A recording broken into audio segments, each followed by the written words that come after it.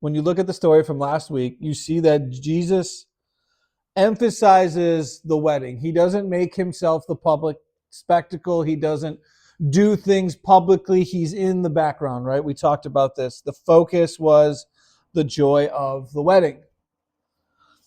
It's the same message that Jesus gives to us, where the new covenant, right, that we are under, is one of the defining marks is the joy, the abundance. All right, let me get this out of my way for now. I don't need that. All right. Thank you, Liz. All right.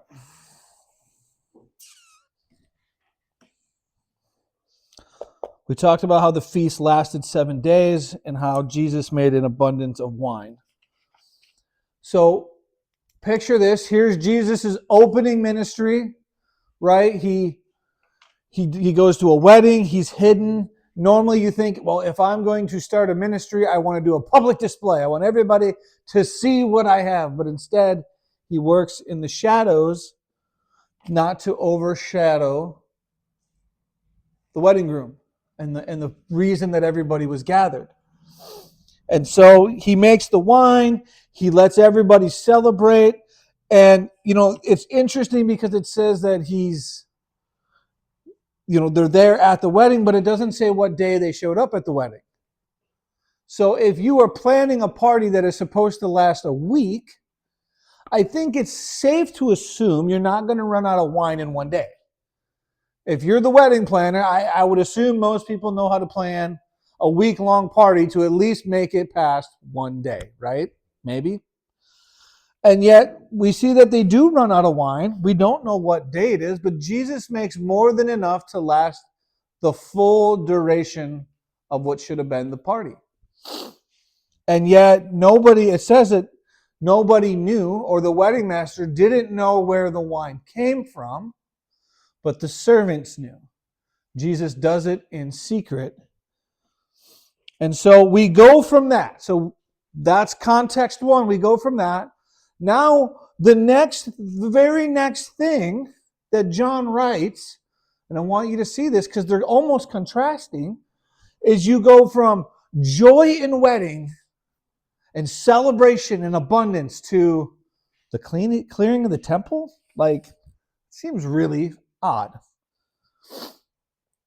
Now, we need to understand some things. This is the context that we need to know. Passover. Jewish culture said that during Passover, you had to bring an animal to sacrifice it to atone for your sins. So picture this, you're in a temple. You have the temple and you have all the outer court. There's people everywhere and there's animals and it's loud and there's sheep and there's ox and there's doves and there's all these people. And every animal that comes in has to be inspected. If you go back and you look in the Old Testament and you look at the rules that were given and what the sacrifices, how they had to be blameless and they had to be without fault and they couldn't have blemishes. There's this whole thing for each sacrifice. So every animal you come in and you're like, here's my offering for my sins for this year. And the priest would come and they'd have to inspect it before they could accept it. Currency to pay temple tax. You couldn't just pay your temple tax with whatever currency you had, because if it had Caesar's face on it, it wasn't allowed. If it had the markings of another god on it, it wasn't allowed. You had to use shekels, so you had to exchange. This is all stuff that was common practice. And so this is what Jesus is walking into at Passover. He's walking into the temple. You have people exchanging money. You have priests examining animals. You have chaos. The expectation was, I'm a foreigner, I'm traveling, I'm coming with my animal, with my currency. I'm going to give you what I have. I'm going to make my tithe. I'm going to make my atonement, and I'm going to go on my way. That is the expectation. The reality. The priest would purposely reject offerings that people would bring so that they would have to buy pre-approved animals at a hiked rate. So not only did you already bring an animal that you probably paid for, because not everybody was a farmer, right? So you already bought one over here, you brought it to do the sacrifice, and then this priest would go, oh, no, you can't use that one. You have to buy one of ours at 10 times the price. And you're like, oh, well, capitalism. But the money was going into their pocket. And the problem with that is that's actually against the Jewish law, because the priests were paid for or were provided for as part of the inheritance that we will look at probably the next time we do our deep dive. But as part of the covenant coming out of and inheriting the land, the priests actually have a set amount that they get. And so for them to even do this, they're breaking their own rules. And you're like, oh, well, that's kind of dirty. And the same thing would happen with the money changers, is instead of me giving you a centurion for a shekel, I would charge you up to a 10-to-1 rate, simply so you could pay your temple tax. And that exchange would then go in my pocket. Again, breaking the rules. So you had all these people coming in who are trying to get right with the Lord, and in the process, the system is stealing from them. And then Jesus shows up. He just came from the wedding, celebrating the joy of marriage, celebrating what the union of two people coming together. And then what does he come in? He comes in and he finds what is actually supposed to be a symbol of marriage, the temple, Israel, and God. And he sees corruption. And so Jesus comes and it says he made a whip and he drove everybody out. Isn't that fascinating? Because, oftentimes we're like, well, Jesus was loving and he was caring, and he was gentle, and yet here he comes in and he says, this is actually an abomination. What you're doing does not look like it's supposed to. You're not only are you stealing and lining your pockets, you're hurting the very people you were called to help.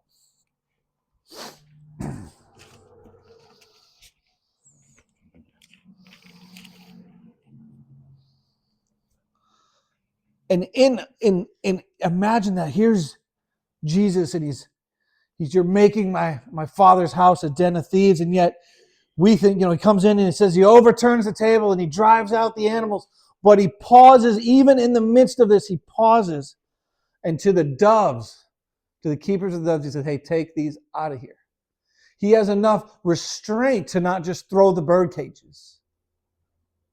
In your anger, do not sin, because doves are fragile. So he pauses and so you have two contrasting stories. You have one of joy, and you have this moment where Jesus is just celebrating with the people, and then all of a sudden it's like he comes, he says, all right, I got to deal with your stuff. Now we have to deal with it. At the temple, Jesus spoke out publicly. He overturned tables and he brought judgment, not condemnation, to the leadership. He didn't condemn them, but he did make a judgment. You're making this a house of merchandise, a house of thieves. There's a difference. Oftentimes in our culture, we like to intermingle those two words, judgment and condemnation, and we're like, don't judge me, don't condemn me. But they are two vastly different things.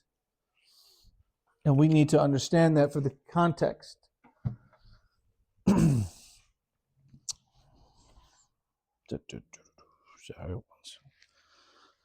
we go.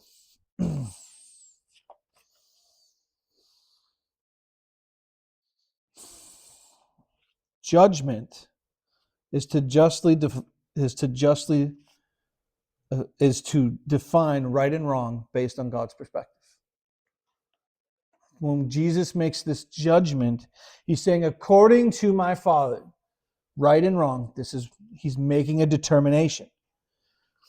Judgment does not bring condemnation. The enemy brings condemnation. The Father will often call things that are in our lives that are wrong. He'll say, hey, this isn't right. This is not good. And it's not condemnation. He's not saying you're terrible. He's saying this situation, this thing in your life is not good. And it's an invitation to health.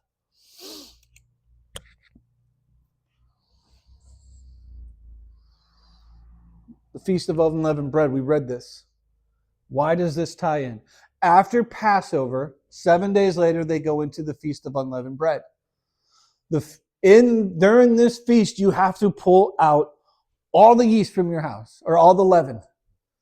You have to inspect every utensil, every corner of your house that there could be. They would have to go through and pull it all out for 7 days. Eating flatbread. It was a metaphor for sin. Israel was to remove sin from among themselves, because sin will always try to steal, kill, and destroy. Oftentimes we think, well, sin's fun, right? Like, I just got this little thing over here. But the results of it will always steal your time, steal your resources, and kill your relationships. It's always what it does. Jesus showed us the depth of corruption, right? He judged the leadership. He discerned what was right and wrong based on a heavenly perspective to bring correction. It's interesting that he goes from joy to, from that place of joy, now we're going to talk about how to keep it. I love this picture. Oftentimes we will find ourselves almost on this teeter-totter with God. And in the center is love. Because what will happen is we will have these experiences with the Father where we see His goodness, we see His grace, we see His mercy, we encounter who He is, and we're like, yeah, this is awesome. And then it's almost like when you're at this high point, He goes, okay, son, daughter, I need to deal with some things over here. And we start tipping the other way. And we're like, oh, this is really hard. Like, trying to be right and trying to deal with my stuff is hard. And we start tipping, and then He goes, okay, now I'm going to bring you back into another encounter. And then we're like, yeah, this is really good. He goes, okay, now I'm going to deal with this part over here. And you live in this place of teeter-tottering.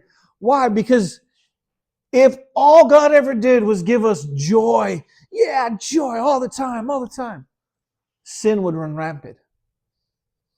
You ever see a kid that's just been spoiled rotten, got everything they ever wanted? If you haven't, just go to Walmart, walk around, you'll find one. Right? When you don't have discipline, and I know it's a word we hate. Our culture is, no, don't discipline. We hate it, but we need it. If you don't have discipline, you get into unhealthy lifestyles. And it's the same way with the Father. It's like, if everything with God is love, joy, peace, we're great, and He never brings correction to us, every one of us, sin would run rampant.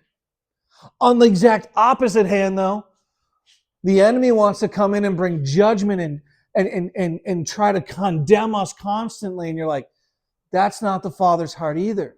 Because if God did that to us all the time, we would be depressed and miserable. Because we can't live up to the standard on our own. And so it's like, He doesn't do that. He doesn't just like, you're doing this wrong, you're doing this wrong. That's not God. That's the enemy. What does God say? He treats us like children. Right? Kids mess up.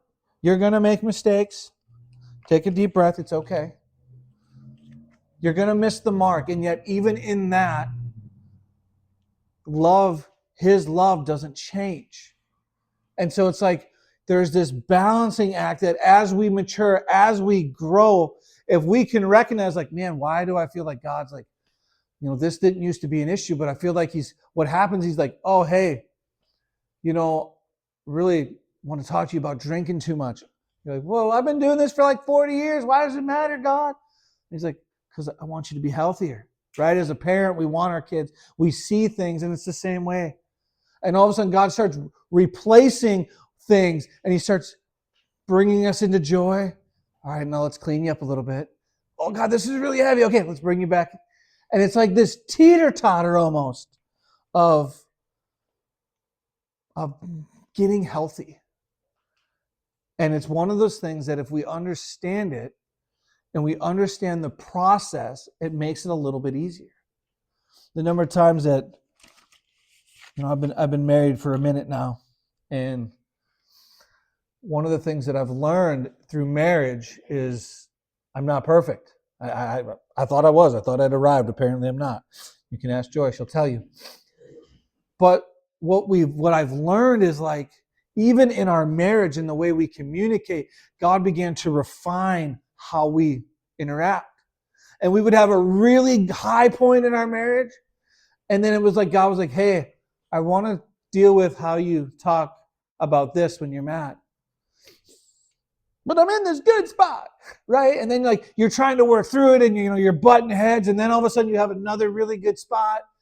And God's like, okay, now I want to refine this area in her life. And you're like, it's your turn, right? And then you have another really good spot. And he's like, okay, now I want to deal with both of you in this area. And you're like, right? And it's this back and forth.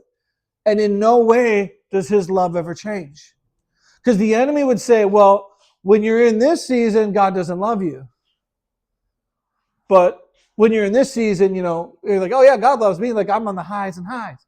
But when he starts tipping us the other way, the enemy wants to come in and bring condemnation and say, well, he doesn't love you. God's mad. But that's not true. It's not true. It's all pivoted on his love. Just like a good parent, we have to discipline our kids. We have to bring correction. And it's for your good. Count it all joy. It's not easy to do. What true love looks like. Jesus preached love and executed judgment. He brought correction where needed. Without correction, sin would run rampant. Listen, if you want a real life picture of what that looks like, we have a history book right here. Just start reading the Old Testament. And we see time and time again where God would deliver people, and all of a sudden sin would start going rampant. He would send another prophet to bring correction. And they would, we got to get ourselves right. We got to repent. And then sin would start running rampant. Without love and joy, correction would feel overwhelming and unending. If a kid grows up without discipline, they become spoiled. If kids don't have joy, they become depressed. Kids that grow up to be healthy adults, when they have a balance of joy and discipline, God is a good father who wants us to be healthy. And sometimes it's tough because, listen, I love these seasons. Love these seasons. They're the best in the world. But I also know the older I get, the more I actually appreciate these seasons, because I can look back and go, man, 5 years ago, I used to be a mess. And I can see where God has changed my heart, where God has moved me, and I'm not the same person. And it wasn't because of these, it was because I was willing to submit in these seasons. Closing song.